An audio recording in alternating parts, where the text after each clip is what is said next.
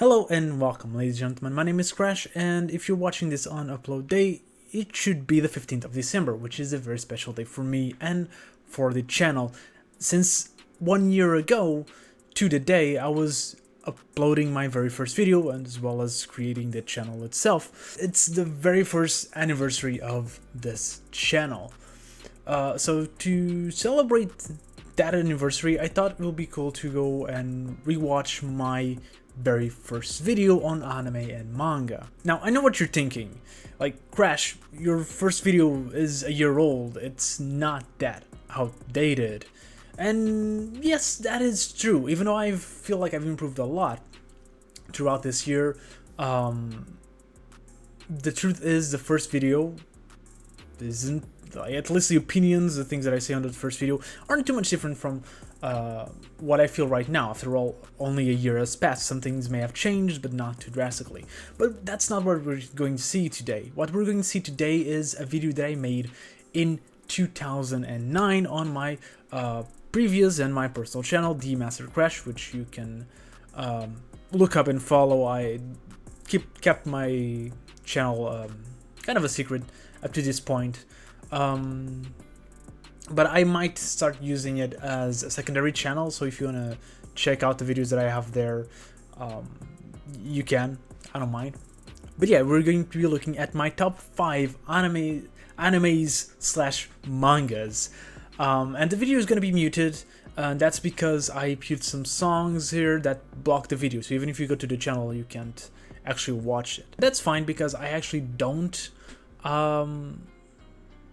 actually talk on the video. I only put like some lettering, very hard to read lettering, but I'll be reading it for you guys. And at the end of the video, I'm also going to be talking a little bit about this year in retrospect, but you guys, I'm assuming you guys came first for this video and for my reaction to it, so that's what we're going to be doing first. So yep, let's start. My top favorite mangas. First of all, this is my personal top 5, not yours. You can post your own top 5 in the comments. Did someone... Wait, no, nobody did. Someone actually replied to me in Portuguese and then deleted their comments, or their account got deleted because I'm replying to someone here. But I don't think... Someone gave me a recommendation, but I don't think anyone actually put their top 5. So if you want, put your top 5 in the comments of this video.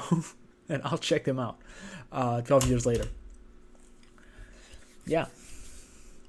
Secondly, I haven't seen a lot of mangas, so I probably haven't seen your favorite manga. You can recommend some and I'll on the comments, and I'll check them. You can do that as well. I just have a very big backlog right now, but you can recommend manga. You can always recommend me manga. I just want to point out that I'm very picky with the way that I use capitalization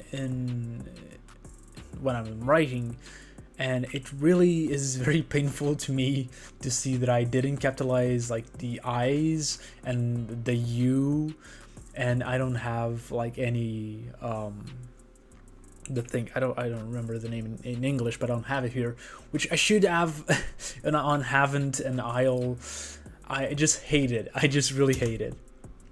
Number 5, Bleach. Number 5. This is very hard to read. Bleach is a story about Ichigo, a teenager that is able to see ghosts. That is true. Then one day Shinigami, or god of death, named Rookie appears in his room and tells him about some special ghosts called Hollows. Hollows are monsters that kill persons. With a strong spiritual force. It is the Shinigami duty to destroy these monsters. This, I think, is also wrong. After some problems, Rookie gives Ichigo her Shinigami powers. Yeah, Bleach is a funny story with some of the best action scenes I've seen, a good story, and also funny, dressing characters, and overall a good manga. The music does not matter because we're not listening to it. Pause. Yeah, it's strange because even here, you have to have in mind that this video was made, I think, about a year and a half after I got into manga. So I had read about like 20 to 30 manga at that point. But one of the first manga that I really enjoyed was Bleach. I think the first arc, I think the Shinigami, the Soul Society arc, I mean, is also really good. I think the Wekamundo arc is also really good, with the exception of the ending, which I've seen it being considered a different arc. You know, the battle against Aizen technically isn't in Wekamundo. I don't like that. That's my least favorite part of Bleach. But yeah, that hadn't happened here, I think.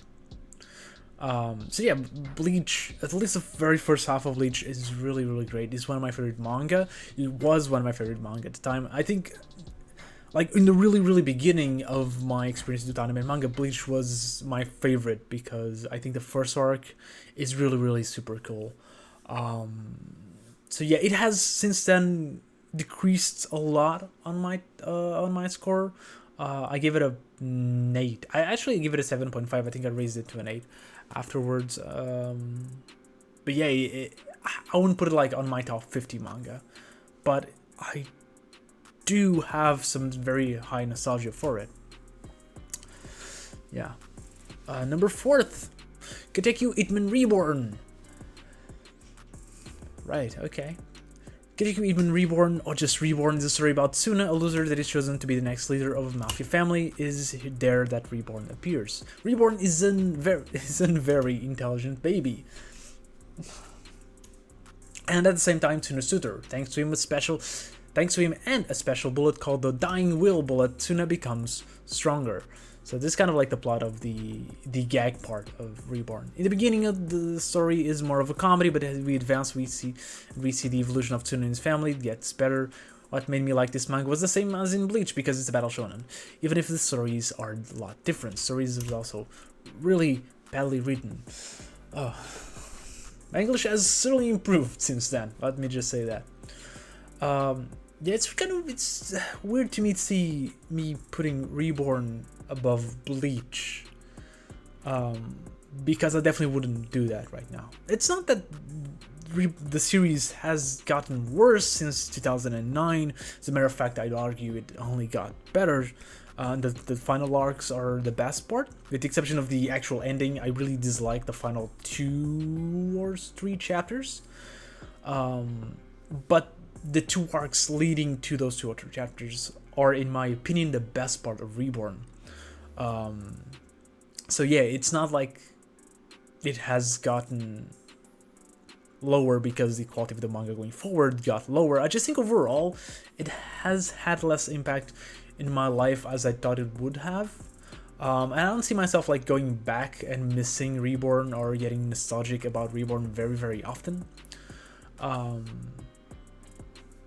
Even though at a certain point in my life, I feel like it was a lot more important to me. Which you can see here by being in my like top 4 manga. But yeah. Third, 20th Century Boys. This story is about a couple of young boys that made a book of prophecies that were nothing more than a bunch of kids' stories, but years after Friend appears. Friend is a leader of a cult that believes in the book of prophecies and that will make everything to make it true. I don't think that's correct English either, but I'm not sure. Probably the best story I've ever read, that's why it's top 3. The mystery about Friend is stretched a lot, but it's made in a very good way. So you will never be bored reading the story. Sadly, there isn't any anime, but there is a live-action movie, which I haven't seen yet. I've seen the first movie, but not completely. Yeah, 20th Century Boys was one of the first seinen manga that I read.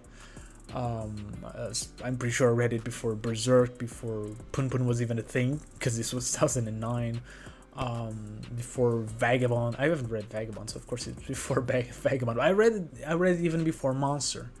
The reason why I read 20th Century Boys was because it was at the top of the list of manga on the website. I read manga because it was a number.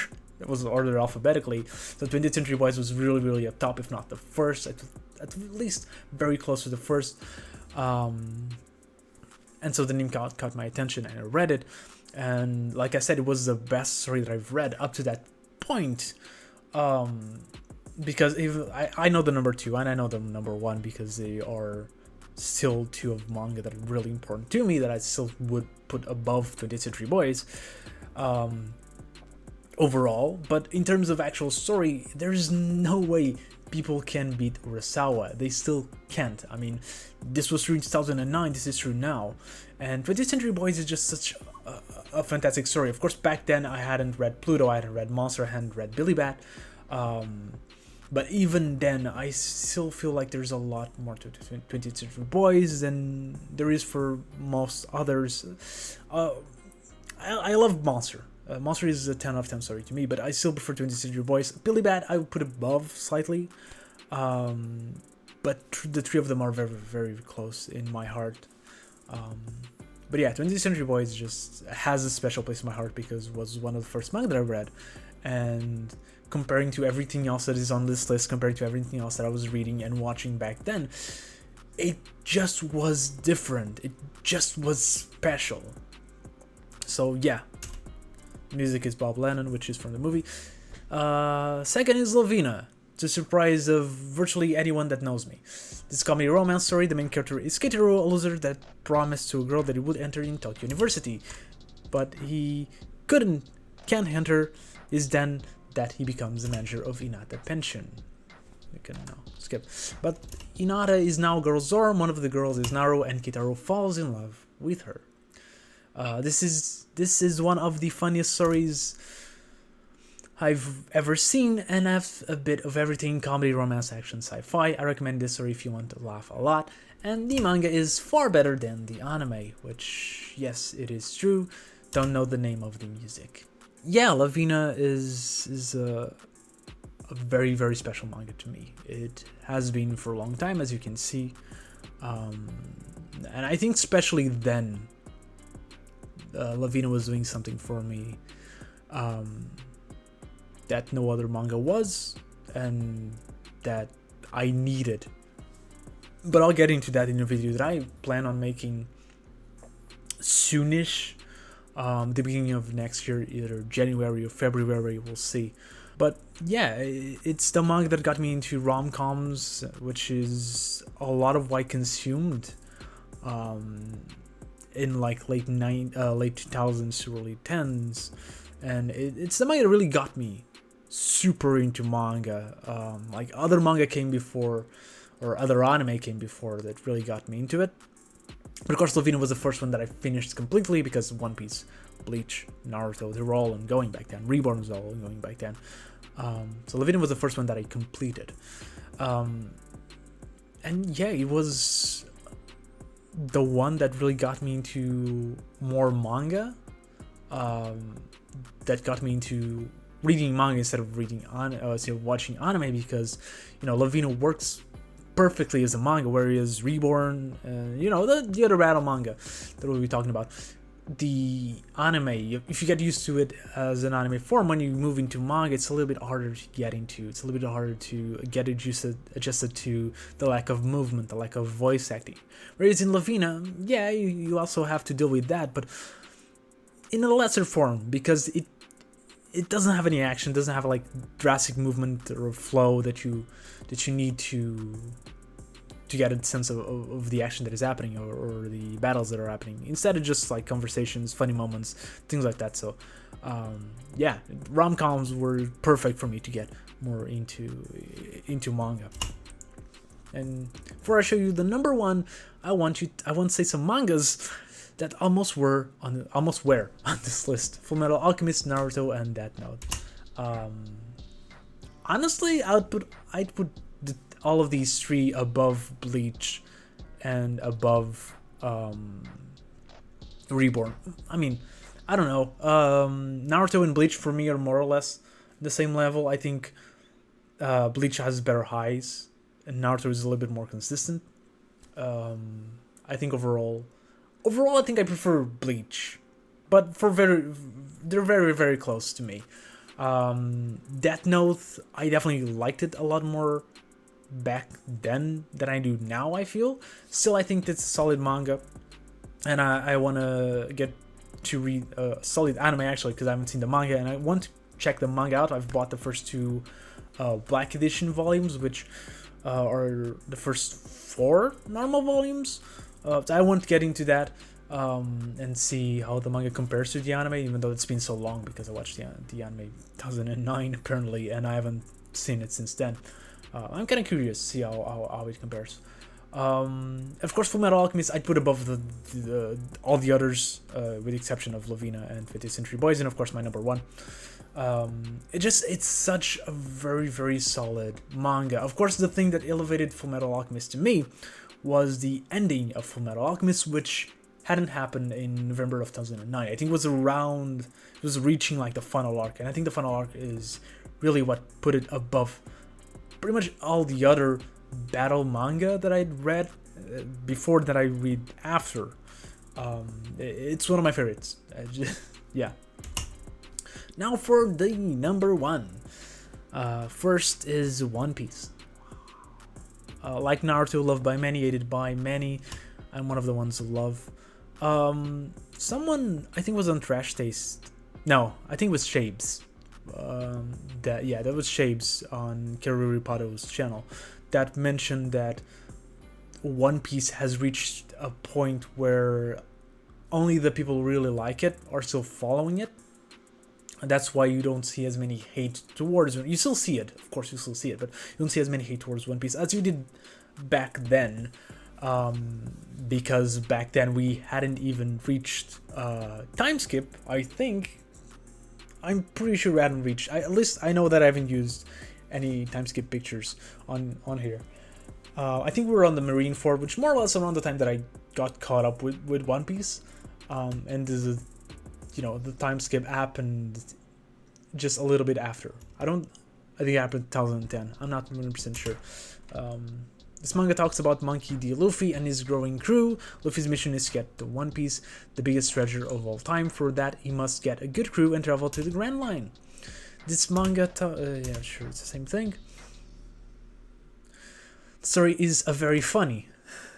It's a very funny, but can get emotional fast, especially when telling the crew's past stories. I almost cried in Chopper's story, which I did.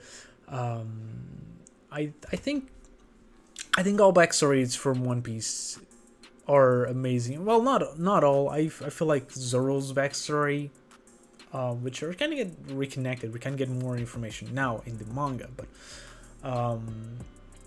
Zoro's backstory isn't anything special when you compare to the others. I think Luffy's backstory, even though it's the first chapter, also isn't anything special. It gets retcon. It doesn't get retcon. It gets explored later between the time skip, which kind of happened here. But and then Usopp's, I like Usopp's backstory. To be honest, I like Usopp's backstory. But I think like Sanji was the first really cool backstory that we got in One Piece, and from there on out just got better and better and better. And it still does. Like the backstory of Voden was one of the best parts of One Piece in general, and especially post time skip.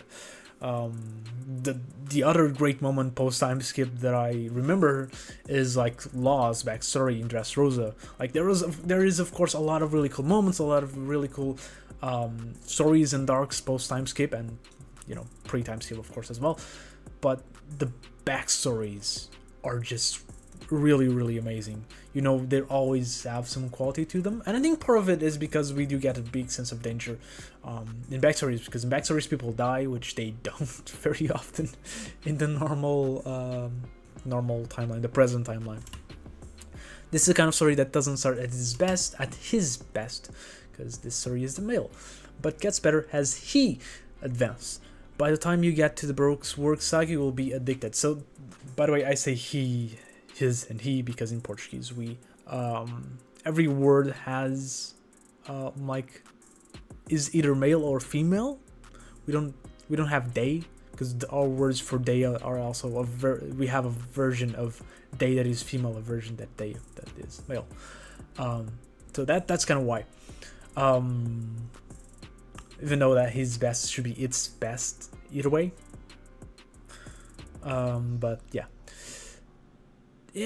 I've changed a little bit this opinion recently when I got back and reread the manga, which I think it was my first time reading the East Blue manga, because I don't really remember when I shifted into manga with One Piece. I know it was somewhere before, um, you know, Baruch's work, because I remember the Chopper story. I was actually reading it in the manga. So yeah, it was before that, but I think the first 100 chapters, like the East Blue Saga, I think I've only watched it in anime, and reading it on manga, it really felt, I don't know, maybe it just it's been so many years and just I was very very nostalgic to it, but it does have some charm. It does have its value. Does it get better? Definitely. It definitely does get better once you reach Alabasta. But I still think that Arlong Park and Baratie and even Syrup Village, I really don't mind Syrup Village. I think is a pretty decent arc. So yeah, I think East Blue has a lot of good stuff and should not be skipped at all. This kind of story, whatever. The characters are interesting and very different from each other, all of them with weird characteristics. For example, Luffy is a rubber man, Zoro uses three swords, and Chopper is a Rainier. It's a Rainier. Yeah, the crew is varied. I don't have much more to say to that. Music is Run, the third ending by One Piece. So yeah, that was my top 5 manga back in 2009. And I think it shows a lot about me that half of it is still like, maybe not necessarily top 5, maybe kind of top 5 still. Some manga have changed, you know. I have Doro as my number 1, which of course a manga that I read only in 2019, which is, to me, was very very special and very strange even experience to get 10 years into reading manga to find that one manga that just kind of surpassed everything, and it let me see that it can happen, that, you know, nostalgia has some value but doesn't necessarily carry everything. Of course, when I think about Doro and I think about Lavina and One Piece, does have some more personal value that Doro just simply hasn't built up yet. Bleach and Reborn, I don't feel as strongly. I think part of that is because they have evolved differently. And I've read a lot of other manga that I think did what Reborn did better, did what Bleach did better, like Shaman King and, you know, Full Metal Alchemist, Beelzebub. I know there's a lot of like other people are gonna get me mad for mentioning these names, but there are a lot of other battle shonens that I prefer that either or did things better or just did things more different and in a special way that I liked more, which I think is the case with Beelzebub. Just it was more funny, more hilarious, not necessarily because it did battle shonen better than Bleach or Reborn, because I don't think it did. I just that I don't know, I like the characters more. That is mostly it.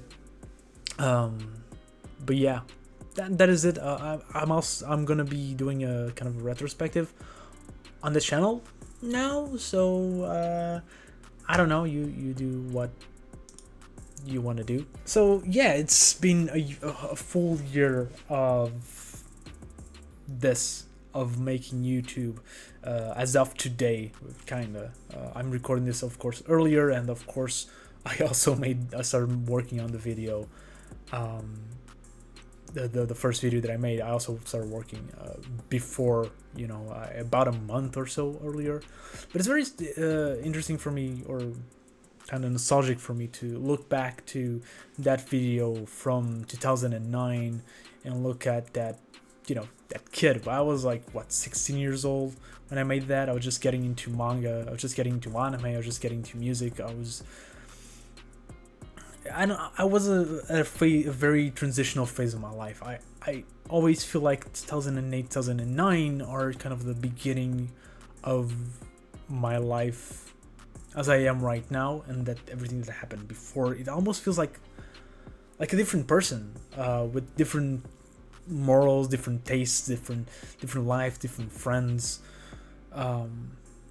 So yeah, it's very special for me to look back at that and look at what I've grown and what I've achieved, like everything that I've passed through. Like that little kid, he was 16, but he didn't knew a lot of the things that he was going to face in the following years, in the immediate following years. And I feel like 2010 to 2015 were some very dark years for me, and then the last 6 years have been a bit of an improvement, and they've been very special. And one of the most special years, it's definitely been this one, because of this, because of being able to make this dream of mine that I had for so long. Because back in 2009, I didn't do that video just because I wanted to do a random video. I made other videos because I wanted to kind of follow the YouTube that wasn't really a word back then, but the guys that were making videos online, you know, Nostalgia Critic and the Angry Video Game Nerd, and the people like Linkara and Benzai, and you know, like all these other guys that were part of Nostalgia Critic's website channel. Awesome.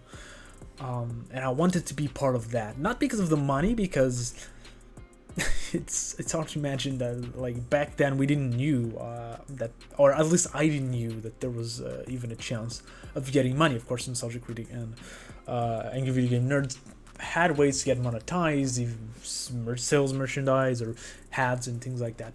But I didn't knew. I just kind of wanted to be part of that because it really interested me a lot, and I wanted to share my passion over things like video games and over things like manga and anime. And if you go to my channel, it's in Portuguese, but you can actually see some of my Let's Play videos, which I didn't want them to be Let's Plays. I wanted to be something like Angry Video Game Nerds videos, but I just didn't have the resources, the know-how, and just, you know, the maturity, I think, to do those kind of videos. So it's very special to me that I 10 years later, 11 years later, I decided that it was time. I wanted to get that microphone. I want to get a good microphone, and not a camera, because I thought I wasn't going to use camera. Now I do. But and just, you know, do videos and for real. And I didn't expect to be here with currently 1,040 subscribers after 365 days. When I started, I didn't knew if I was going to be here making a video 365 days after, because I am not very good at keeping up with projects, especially when I don't get any feedback on them. And I mostly thought that I was going to get some feedback on the first video because I had talked about it with people, and I know some people were going to watch it, some people were going to subscribe, which even then I got about 50 subscribers and 200 views in the very like first 2 days, which is highly insane and not exactly what I was expecting. I wasn't super surprised because I knew there were people who were going to watch it, and I had built some audience from my written reviews, so I was expecting some of them to watch the very first video. I wasn't expecting them to watch the second or the third or the fourth or the 67th, I think we're at right now. I just wasn't, because I was afraid. I was afraid that they would watch the first, they wouldn't like it, and that I wouldn't have anything interesting to say. I wouldn't be good at this, which I don't necessarily think I am, but I just thought people would leave, and the fact that they didn't, the fact that I have some friends who still follow the channel, the fact that I got to interact with a lot of YouTubers, both some that were small and some that were big, some that I knew, some that I didn't, like, I don't know, like getting to talk with Axel Blaze, My Name is Doofy, One Great Manga War, like, I don't know, like so many guys, like Inks, I don't know, there's so many like really cool people, King Mamsie, like pretty much everyone that I collab with. I mean, Shinzei, Tron, Broken Roaring. I could be here naming names all day, but they were really cool, and I was really happy that I got to interact with them, and those were kind of guys that I did not knew beforehand. I think I had heard of Broken Roaring before I started the channel. Most of them were guys that I got to know throughout this experience and got to talk with, and they were all really cool guys, and I'm very happy that we got to meet each other, and I want to continue talking with them. I want to continue collabing with them, either on my channel or on their channel. We'll see what life has in store for us next year. But one of the things that really was amazing to me was getting to interact and talk with people that I already knew. Like Zach from What Yourself following me, and we don't talk very often. We've had like some 10 interactions throughout the year, but just the fact that he's following me, it was kind of like one of the guys that are watched more regularly in terms of like manga content, like Archangel, Manga, the man in his manga. Was like those are 3 channels that I knew of, that I watched, more like manga hauls and talking about physical manga and things like that I liked, and that kind of made me want to start collecting manga. Was channels like those 3, and the fact that I got to interact with them in more or less capacity, some more than others, but was real special to me. It was also real special to me that I got to interact with Masked Man, which was a guy that I've been following since he was like 5,000 subscribers, which is a lot, but he's at 200 now. So the fact that I got to interact with him, I got to talk with him a decent amount of times.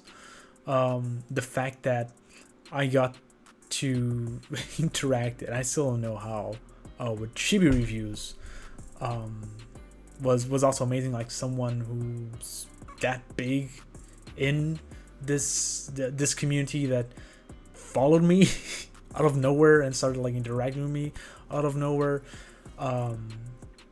is really special. I don't know. I was afraid people would ignore me, and they haven't. And the reception from these guys, and of course from the viewers, from the people on Twitter, from the people on Discord, from people on Analyst, like those are kind of more important, because it's you guys, the viewers, that make this channel grew as much as it has grown, and it's made it possible for me to reach 1,000 subscribers in a single year. But it still feels unreal. It still feels like something that shouldn't happen. It still feels like something that I would want to, that I would like if someone told me, like, do you know that in a year you're gonna have 1,000 subscribers? Like, I'm not gonna say this wasn't something that I thought about, because of course you think about it. Of course you think about the chance of getting 1,000 subscribers. Of course you think about the chance of getting 10,000 or a million subscribers. Like, you always dream of that happening. But to go from there to actually happening, it's a lot. And I thought I could reach like 200. I was confident, and I was confident I could reach that number. Even then, I was kind of afraid that I wouldn't. But I thought, like, 200. Like, I can kind of do that in a year. Yeah. That is it. I probably talked for way too long, and 90% of you guys have left. If you haven't, let's talk about the future of the channel in 2022. I don't plan to change much. I plan to continue on talking about manga. I plan on doing a little bit more of some, collabs, if I can.